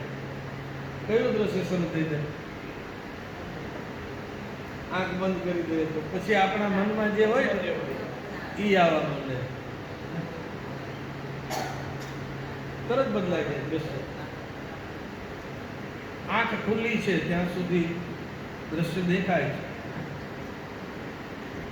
તો પ્રતિબિંબ છે આ। પશ્યન આત્મની માયા બહિર્વો ભૂતમ યથા નિદ્રયા, માયાને કારણે આત્માની અંદર આ બધા દ્રશ્યો દેખાય છે, દરેક દ્રશ્ય દેખાય છે। એ દ્રશ્ય દેખાવા પાછળનું બી કારણ છે એ માયા છે, માયા આ બધું ખેલ રચાવે છે, માયાનો વિસ્તાર છે। યથા નિદ્રયા, સપનાની વાત કરે છે પહેલા શ્લોકમાં, સ્વપ્ન સૃષ્ટિ, સ્વપ્નથી બધું દેખાય છે, એ જે પ્રતિબિંબ જેવું છે એવું જાગ્રત અવસ્થામાં પણ છે। પણ એ સમજતા તો ઘણા બધા બહુનામ જન્મનામ, પણ સપનામાં જેવું દેખાય છે જગત, એવું ને એવું આપણને આ જાગ્રતમાં પણ બહાર લાગવા, આ બી એક સપનું છે, આ બી એક સપનું છે।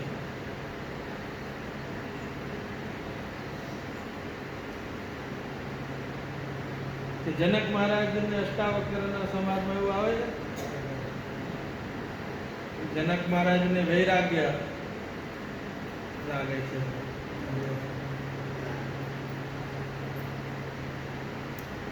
તો કે આ સાચું કે ઓલું સાચું, ये सच के वो सच, कई खबर नहीं. तो संत तो के ये भी सच नहीं वो भी सच नहीं, એનો જોનાર છે એ સત્ય, દ્રષ્ટા છે એ સત્ય. દ્રશ્ય તો બદલાયા કરે, દ્રશ્ય એ બદલાયા કરે.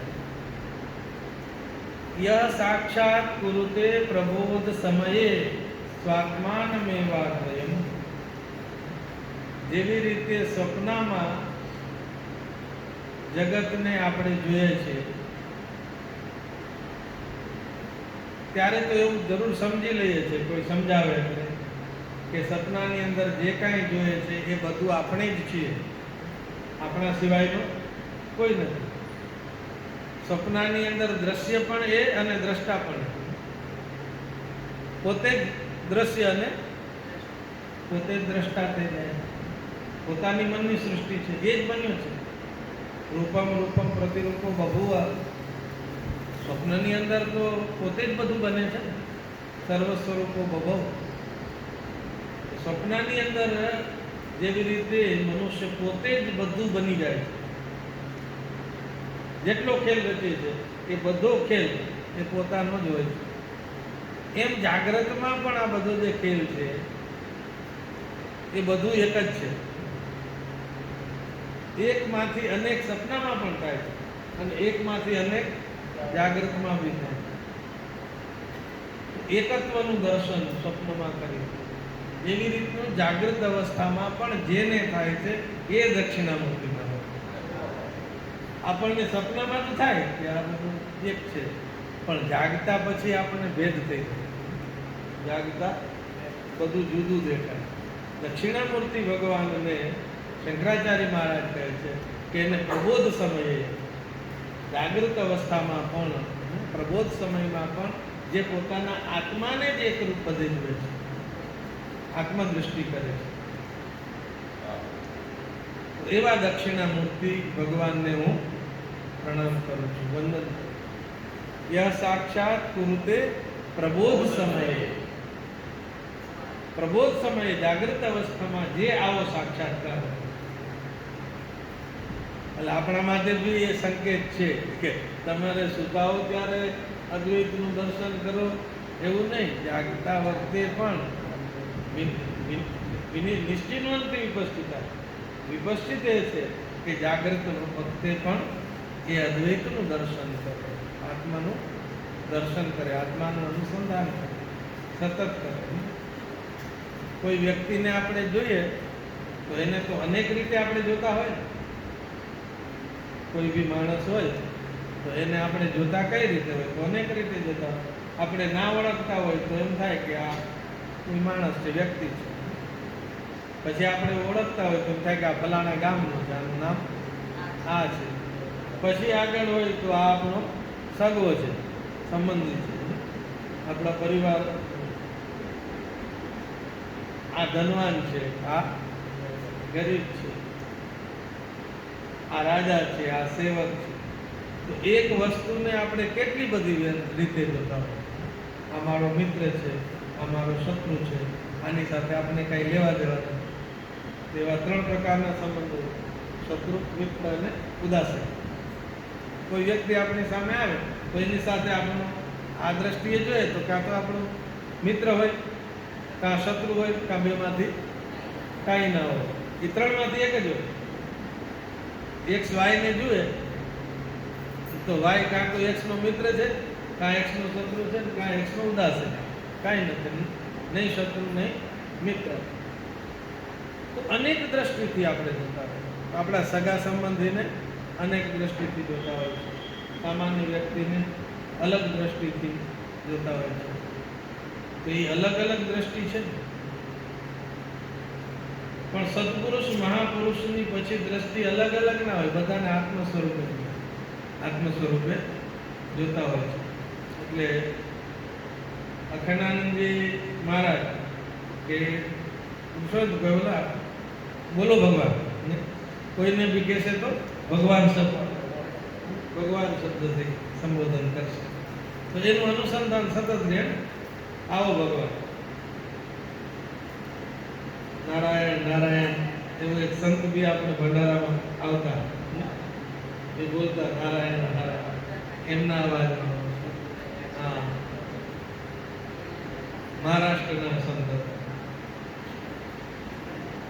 તો યહ સાક્ષાત કુરુતે પ્રબોધ સમયે સ્વાત્માનમેવાદ્વયમ, જે પ્રબોધ સમયમાં પણ જેને આવો સાક્ષાત્કાર છે એવા દક્ષિણામૂર્તિ ભગવાનને આપણે પ્રણામ. એટલે આપણે જેવું અદ્વૈતનો અનુભવ સ્વપ્નનું જેવું વિશ્લેષણ કરી શકીએ, જાગૃત અવસ્થાને પણ એ રીતે સમજી શકીએ એટલી ભૂમિકા બની જાય તો એ આ પ્રથમ શ્લોકનો ભાવાર્થ છે. વિશ્વને એક પ્રતિબિંબ રૂપે જોઈએ. વિશ્વ એક પ્રતિબિંબ છે, પડછાયો છે. બિંબ તો બીજું છે. બિંબ પરમાત્મા છે, એનું પ્રતિબિંબ આ રીતે પડે છે. તો એ પ્રથમ શ્લોકમાં બતાવ્યું છે. અને પ્રથમ શ્લોકનો જે પહેલો શ્લોક છે, અખંડ મંડલાકારમ વ્યાપ્તમ યેન ચરાચરમ તત્પદમ દર્શિતમ યેન તસ્મૈ શ્રી ગુરવે નમઃ. અને છેલ્લો શ્લોક છે શ્રદ્ધાંજલિ આપી દઈએ એનું શરીર શાંત થઈ ગયું. એના નામે શાશ્વત હા એ બોલતા નારાયણ નારાયણ શાશ્વતાનંદજી મહારાજ. તો એમની યાદ આવી સત્સંગ ભંડારામાં આવતા એમની ચેતના આવી આવી હશે સ્મરણ. તો છેલ્લો શ્લોક પ્રથમ માનસોલ્લાસનો છેલ્લો શ્લોક. ઈશ્વરો ગુરુરાત્મેતિ મૂર્તિ ભેદ વિભાગિને વ્યોમવદ વ્યાપ્ત દેહાય દક્ષિણામૂર્તયે નમઃ. ઈશ્વર પણ એ જ પરમ ચેતના બને છે, ગુરુ પણ એ જ છે અને જીવાત્મા પણ એ જ છે. એટલે બ્રહ્મ જ ઈશ્વર છે, બ્રહ્મ જ ગુરુ છે અને બ્રહ્મ જ આત્મા છે. જીવાત્મા પણ એ છે. મૂર્તિ ભેદ વિભાગીને, મૂર્તિ ભેદ વિભાગીને. મૂર્તિના ભેદના વિભાગ છે, અલગ અલગ પ્રકારની એ મૂર્તિઓ છે. પણ ચેતના એ તો આકાશની માફક વ્યાપક છે. આકાશ જેટલું વ્યાપક તત્વ છે.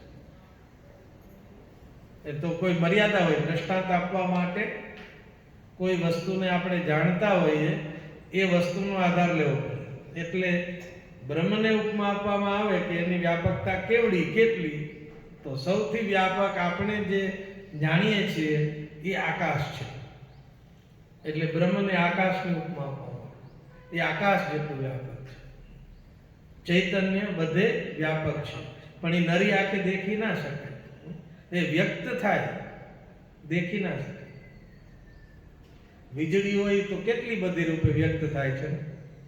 પંખામાં જાય તો એ હવા આપવા માંડે, માઇકમાં જાય તો એ અવાજને વધારો કરી આપે, એસીમાં જાય તો એ શીતળતા આપવા માંડે, ફ્રીજમાં જાય તો એ કામ કરવા માંડે, ગેસ પેલી ઇલેક્ટ્રિક સગડી હોય એમાં જાય તો એ પાછું પાણીને ગરમ કરે, રસોઈ કરી દે.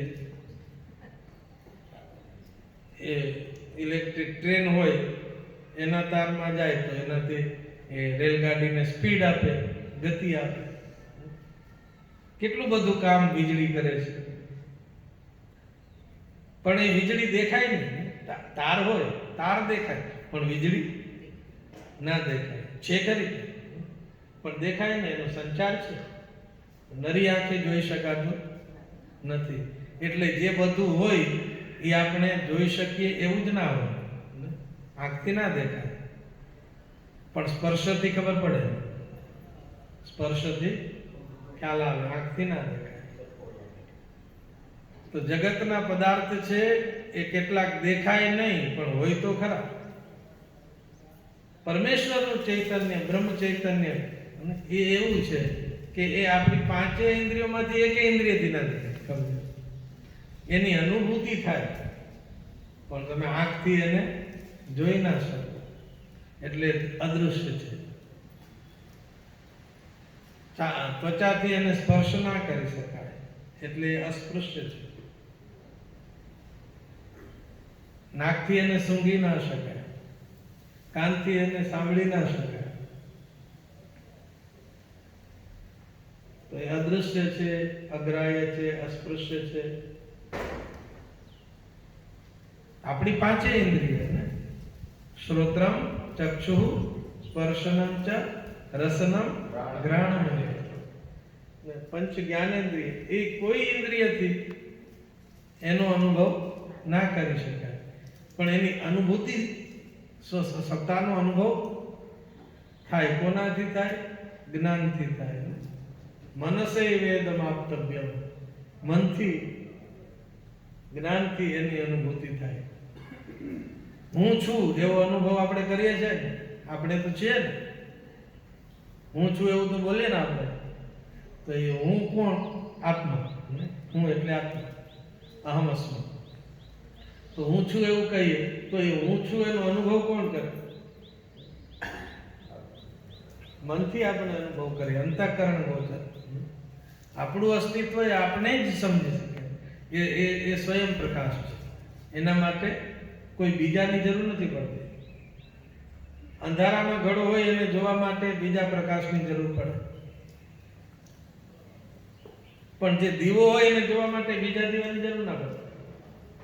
અંધારો રૂમ હોય એમાં એક ઘડો છે પડ્યો છે, તો એ ઘડાને જોવો હોય તો આપણે દીવો પેટાવવો પડે, પણ દીવાને જોવા માટે બીજા દીવાની જરૂર ના પડે. દીવો જ પોતાને સ્વયં પ્રકાશમાન છે. એમ આત્માથી બધાનો અનુભવ થાય છે, પણ આત્માનો અનુભવ કરવો હોય તો એ સ્વસત્તાથી જ અનુભવ થાય, પોતાનાથી જ અનુભવ થાય, પોતાનાથી જ એની અનુભૂતિ થાય. તો એવું એ આત્મ તત્વ છે. એ બધી જગ્યાએ વિવિધ રૂપે વ્યક્ત થાય છે. ક્યાંક સર્વજ્ઞ રૂપે થાય. શિવો બ્રહ્માદિદેહેષુ સર્વજ્ઞ ઇતિ ભાસતે, દેવતિર્યન મનુષ્યેષુ કિંચિત જ્ઞાનસ્તારતમ્યતઃ. એ આત્મા કોઈક જગ્યાએ સર્વજ્ઞ રૂપે પ્રગટ થાય છે. બ્રહ્મા, વિષ્ણુ આદિ દેવો છે, એમાં એ સર્વજ્ઞ રૂપે પ્રગટ થાય છે. પછી દેવોમાં, પશુ પંખીઓમાં, મનુષ્યોમાં એ આત્મા કિંચિત જ્ઞાન, અલ્પજ્ઞ રૂપે પ્રગટ થાય છે. ઈશ્વરમાં સર્વજ્ઞ રૂપે રહે છે, અને જીવમાં એ અલ્પજ્ઞ રૂપે રહે છે. જીવ અલ્પજ્ઞ છે, ઈશ્વર છે એ સર્વજ્ઞ છે, બધું જાણે. આપણું જ્ઞાન છે એ અલ્પ છે. પછી જીવમાં અલ્પ શક્તિ છે, ઈશ્વરમાં સર્વશક્તિ છે. સર્વશક્તિ, ઈશ્વર સર્વશક્તિ, જીવ અલ્પ શક્તિ. ઈશ્વર સર્વજ્ઞ, જીવ અલ્પજ્ઞ. ઈશ્વર સર્વૈશ્વર્ય સંપન્ન, જીવ અલ્પ ઐશ્વર્ય સંપન્ન. આપણી પાસે ઐશ્વર્ય હોય પણ લિમિટેડ છે. ઈશ્વર પાસે ઐશ્વર્ય છે તો એ સંપૂર્ણ ઐશ્વર્ય છે. હવે આ બેને એક સમજવા હોય તો શું કરવું પડે? આ બંનેને એક સમજાય. એક સર્વશક્તિમાન અને બીજો અલ્પશક્તિમાન. એ બે સર્વશક્તિમાન ને અલ્પશક્તિમાન છે તો અલગ અલગ છે, પણ એ બેને એક સમજવા હોય તો શું કરવું પડે? ઓનો સર્વ શબ્દ હટાવી દેવો પડે અને આનો અલ્પ શબ્દ હટાવી દઈએ તો શક્તિમાન રૂપે બે એક છે. બે શક્તિમાન રૂપે એક છે ને. પછી સર્વજ્ઞ અને અલ્પજ્ઞ, એમાં અલ્પ અને સર્વ શબ્દ હટાવી દઈએ તો જ્ઞની દ્રષ્ટિએ એ બે એક છે. અને સર્વૈશ્વર્ય અને અલ્પૈશ્વર્ય, એમાંથી સર્વ અને અલ્પ હટાવી દઈએ તો ઐશ્વર્યની દ્રષ્ટિએ બે એક છે. એવું આપણે જ્યારે વેદાંતના ગ્રંથો વાંચતા હોય ત્યારે તત્વમસી સમજાવે ને કે તત અને ત્વમ બે એક છે. તો કે તત્વ છે પરમાત્મા એ તો સર્વજ્ઞ છે, જીવ અલ્પજ્ઞ. તો કે એ બે અલ્પ અને સર્વ છે એ ઈશ્વરને ઉપાધિ છે. ચૈતન્ય છે એ ચૈતન્ય ઈશ્વર બને છે ત્યારે સર્વજ્ઞ બને છે, અને એ જ ચૈતન્ય જીવ બને છે ત્યારે અલ્પજ્ઞ બને છે. પણ ચૈતન્યની દ્રષ્ટિએ બે સરખા છે, એક છે. માત્રાની દ્રષ્ટિએ અલગ છે, પણ સ્વરૂપની દ્રષ્ટિએ એક છે.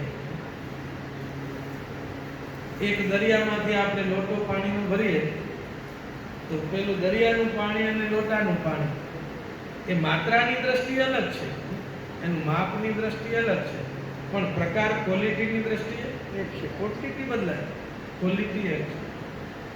એમ જીવાત્મા અને ઈશ્વર એનું માત્રાની દ્રષ્ટિએ અલગ, પણ સ્વરૂપ તો એકનું એક જ છે. તો અંશભૂત એ જીવાત્મા છે. એટલે કે દેવતીર્ય મનુષ્યની અંદર એ અલ્પજ્ઞ રૂપે દેખાય છે, અને જુદા જુદા પ્રકારના સ્વરૂપો ધારણ કરી અને એ જ બને છે. હવે બીજો શ્લોક છે એ આપણે પાઠ કરીએ. બીજસ્યાંતરિવાંકુરો જગદિદં પ્રાણ્યર્વિકલ્પં પુનર્ માયા કલ્પિત દેશ કાલ કલના વૈચિત્ર્ય ચિત્રીકૃતા માયાવીવ વિજૃંભયત્યપિ મહાયોગી વયસ્વેચ્છયા તસ્મૈ શ્રી ગુરુમૂર્તયે નમઃ ઇદં શ્રી દક્ષિણામૂર્તયે. આગળ આરીસો અને પ્રતિબિંબની વાત કરી. વિશ્વમ દર્પણ દૃશ્યમાન નગરી તુલ્યમ, આરીસાનું દ્રષ્ટાંત આપ્યું. બીજા શ્લોકમાં બીજ અને અંકુરનું દ્રષ્ટાંત આપ્યું. બીજ અને અંકુરનું દ્રષ્ટાંત લઈ અને સમજાવે છે.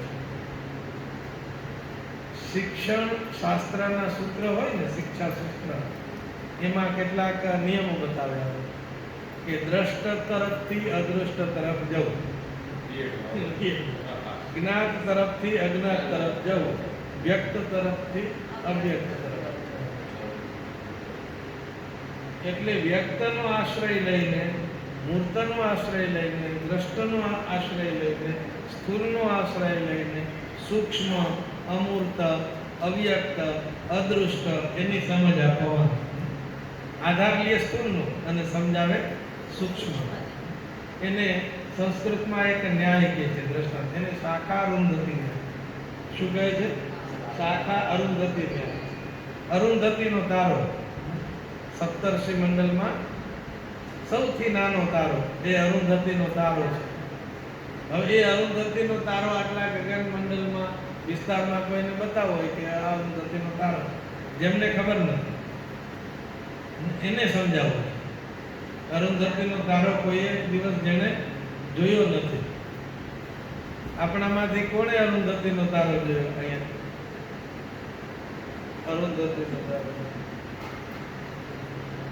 અરુંધતિ છે ને, વશિષ્ઠના પત્ની, ઋષિ પત્નીનું નામ અરુંધતિ છે. એ કોઈ કાળે રહેતા હતા, હવે એ તારાના રૂપમાં રહે છે. એ સપ્તર્ષિ મંડળમાં પૂજ્ય ડુંગરે બાપા એમ કહેતા કે સપ્તર્ષિ મંડળમાં 7 ઋષિઓ છે. કે ઋષિ પત્નીઓમાં કેવલ અરુંધતિ માતા એક જ છે, બીજા કોઈના તારા ઋષિ પત્ની ઋષિઓની સાથે બેઠા નથી. આમની પાત્રતા કેવડી હતી. અને આ સુરેશ્વરાચાર્ય છે, એમના બી ધર્મપત્ની શારદાંબા, શંકરાચાર્ય ભગવાન સાથે એમને શાસ્ત્રાર્થ કર્યું. એ મંડન મિશ્ર, પછી સુરેશ્વરાચાર્ય. તો અરુંધતિનો તારો નાનકડો છે. હવે એને બતાવવું હોય તો આપણે પહેલા એમ કહે કે પેલું ઝાડ દેખાય છે તો ઝાડ તો મોટું હોય. પછી કે ઝાડનો જો આ ડાળ છે એ ડાળ ઉપરનો આકાશ ઉપર નજર કરો, એટલે કે સીધા જુઓ, ત્યાં એક તારો દેખાય છે તો ઈ તારો અરુંધતિનો છે. તો જો શાખાનો આધાર લઈ અને અરુંધતિનો તારો બતાવવામાં આવે છે. તો એનો અર્થ થાય સ્થૂળનો આશ્રય લઈ અને સૂક્ષ્મનું દર્શન કરાવે. સ્થૂળનો આશ્રય લઈ અને સૂક્ષ્મનું દર્શન કરાવે. બીજા શ્લોકમાં બીજ અને અંકુરનું દ્રષ્ટાંત આપે છે. એ દ્રષ્ટાંત આપી અને આત્મ સ્વરૂપ સમજાવે છે.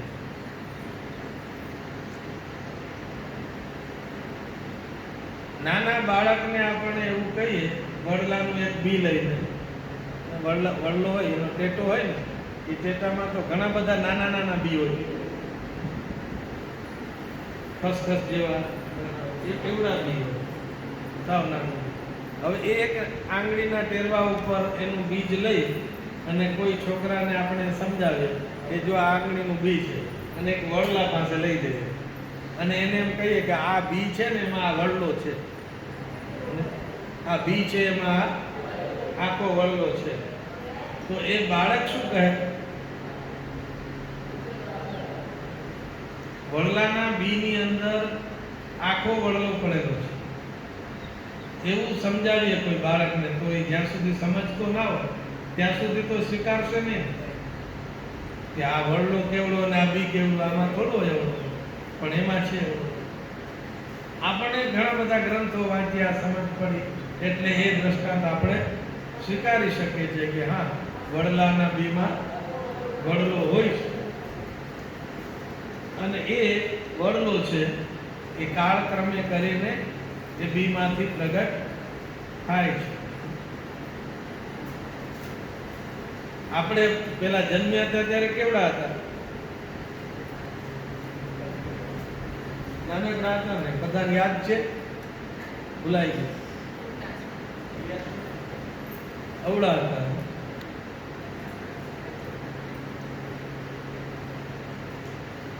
સ્મૃતિ નથી આપણને. માના ઉદરમાંથી બહાર આવ્યા તો એ યાદ હોય? યાદ ના હોય. 5 વર્ષ પહેલાનું લગભગ યાદ ના હોય. આપણે 5 વર્ષના થયા હોય ને પછીનું કાંઈક હશે ને એ પછી ખબર હશે થોડી. 5 વર્ષ પહેલાનું તો લગભગ બધું છે એ વિસ્મરણ થઈ જાય. એટલે આપણા ધર્મગ્રંથોમાં, શાસ્ત્રોમાં એવું લખ્યું છે 5 વર્ષ સુધીનું બાળક કાંઈ બી પુણ્ય પાપ કરે ને તો એને દોષ લાગતો નથી. તો આપણે નાના બાળક જેવડા હતા એમાંથી મોટા થયા અને અવળા થયા છે. તો એની પહેલા કેવડા હતા? માના ઉદરમાં હતા તો એના કરતા બી નાના હતા, એના કરતા બી નાના હતા. એની પહેલા કેવા હતા? એના કરતા બી નાના હતા. અને એની પહેલા કેવા હતા? જન્મ્યા નતા ત્યારે તો કે જ્યોતિ સ્વરૂપ હતું. જ્યોતિ સ્વરૂપ હોય એ તો યાત્રા કરે, જીવાત્મા બહુ મોટી યાત્રા કરી અને પૃથ્વી ઉપર આવતો. એ ક્યાંનો ક્યાં જાય? ચંદ્રમાં જાય, ચંદ્રમાંથી પછી વાદળમાં જાય, વાદળમાંથી પછી પાણીમાં વરસે, પાણીમાં વરસ્યા પછી પાછો ફળમાં જાય, રસમાં જાય. એ રસમાં યાત્રા કરતા કરતા આપણે મનુષ્ય રૂપે બન્યા હોય. એને ઉપનિષદો કહે પંચમ્યામ આહુતો આપઃ પુરુષ વચસો ભવંતી. પંચાગ્નિ વિદ્યા. 5મી આવૃત્તિમાં પાણી એ પુરુષ બને છે, જલ એ પુરુષ બને છે. વાથી વાહ એ જીવાત્મા યાત્રા કરે છે. પણ એ આપણે ગ્રંથો વાંચીએ ત્યારે સમજી શકીએ કે આવું બને. તો બીજ અને અંકુરના દૃષ્ટાંતથી કહે છે કે બીજમાં અંકુર રહેલો છે, પણ કેવી રીતે રહેલો છે? અવ્યક્ત રૂપે રહેલો છે. બીજમાં અંકુર છે ખરો, પણ એ અવ્યક્ત રૂપે છે. દેશ કાલ ના પ્રભાવથી એ ચિત્ર વિચિત્ર આકાર ધારણ કરી અને પ્રગટ થાય છે. માયાવીન વિજૃંભયતિ મહાયોગી વય સ્વેચ્છયા. જે એક યોગીની જેમ પોતાની ઈચ્છાથી બધું સર્જન કરે છે. યોગીની સૃષ્ટિ હોય છે, યોગી સર્જન કરે છે. અને માયાવી એટલે જાદુગરે સૃષ્ટિ કરે, અને યોગી પણ સૃષ્ટિ કરે છે. જાદુગરના ખેલ આપણે બચપણમાં કે ક્યારે કોઈ જોયા હોય તો એને ખબર હોય ને એ આમ લોટો કરે, પછી એમાંથી ગંગાજી કાઢે ને યમુનાજી કાઢે, એના જ અને એમાં આમ કરે તો પાછું ખાલી હોય, અને પાછા બીજી વાર કરે તો એમાંથી પાણી વહેતું જ રહે, વહેતું જ રહે, વહેતું જ રહે. 1 મિનિટ 2 મિનિટ આપણને એમ જ લાગે કે પાણીની ધાર એમાંથી વહે છે, પાછા થોડો કરીને કે આમાં કાંઈ નથી, જો પાછું વ્યવહાર. તો માયાવી પોતાની માયા શક્તિથી, ઇન્દ્રજાલની શક્તિથી અનેક દ્રશ્ય મંચ ઉપર જ બતાવે છે, મંચ ઉપર બતાવી દેતો હોય છે માયાવી. એ સાચું નથી પણ દેખાય તો છે, સાચું હોય એવું જ દેખાય છે. પછી બીજી એક યોગીની સૃષ્ટિ હોય છે. જેવું સર્જન ઈશ્વરે કર્યું છે એવું સર્જન યોગી પણ કર્યું. ત્રિશંકુના વખતે ઝઘડો થયો હતો ને, ત્રિશંકુને સંદેશ સ્વર્ગે જવું હતું, પછી વિશ્વામિત્ર યોગી એમની પાસે ગયા તે બધી સૃષ્ટિ પાછી નવી બનાવી. સૃષ્ટિનું સર્જન યોગી બી કરશે, પોતાના યોગ શક્તિના પ્રભાવથી યોગી સર્જન કરી દેતા હોય. તો એવા યોગીની જેમ, મહાયોગીની જેમ, માયાવીની જેમ જે દક્ષિણામૂર્તિ ભગવાન આ સમગ્ર વિશ્વનું સર્જન કરે છે. પરમેશ્વર જ આ બધાનું સર્જન કરે છે. કોઈ બી વસ્તુ બની છે તો એનો કરતા તો હોય ને, એનો બનાવનાર તો હોય. આ મકાન અહીં ઊભું થયું છે તો કોઈક બનાવનાર છે. એક ઘડો હોય તો એનો બી બનાવનાર છે. આપણું શરીર છે તો એના બી રચના કરનાર છે. કરતા વગર તો કાર્ય બનતું નથી. તો આખી સૃષ્ટિ છે એ બનાવી કોણે? તો એ ઈશ્વરે, પરમેશ્વરે બનાવી. અને પરમેશ્વરનું રૂપ એ દક્ષિણામૂર્તિ ભગવાન છે. એમને આપણે જ્ઞાન કરીએ તો એ બીજા શ્લોકની અંદર બીજ અંકુર ન્યાય, સૂક્ષ્મ રૂપે બીજમાં રહેલું જે અંકુર વટવૃક્ષ એ દેશકાળથી કલ્પિત થઈ અને બને છે. એવી રીતે જે પોતાની માયા શક્તિથી આ આખા જગતને ઉત્પન્ન કરે છે એવા દક્ષિણામૂર્તિ ભગવાન ગુરુમૂર્તિ સ્વરૂપ છે. એને આપણે પ્રણામ કરીએ છીએ. તો આ અત્યારનું સત્ર આપણે અહીં વિરામ કરીશું. એકાદ ભજન ગાય અને પૂર્ણ કર પછી આપ દીદી બોલશે, જે બી તરફથી બોલશે થોડું ઘણું. શ્રી સચ્ચિદાનંદ ભગવાન કી જય. શ્રી સદગુરુદેવ મહારાજ કી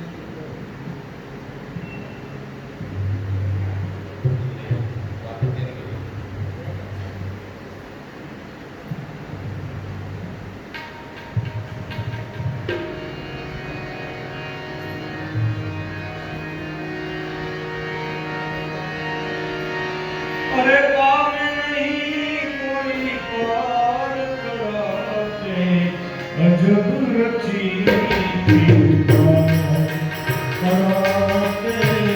अजब रची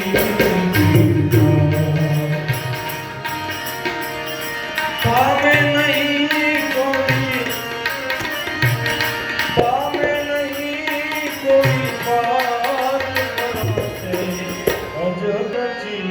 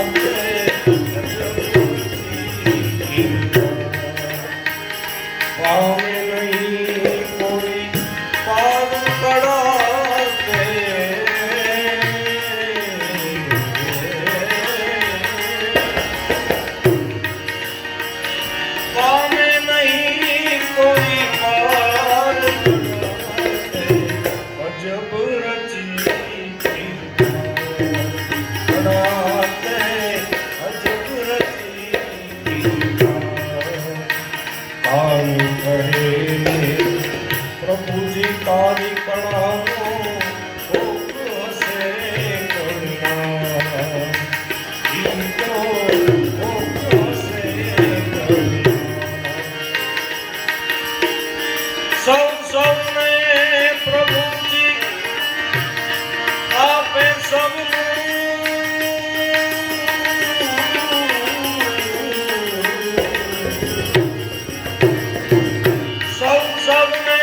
પ્રભુજી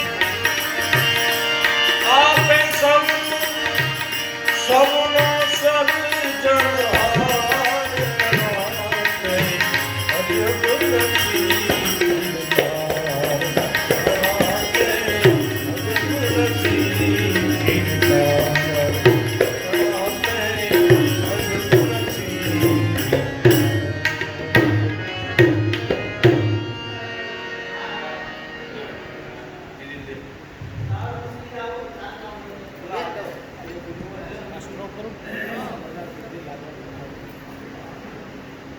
મોટી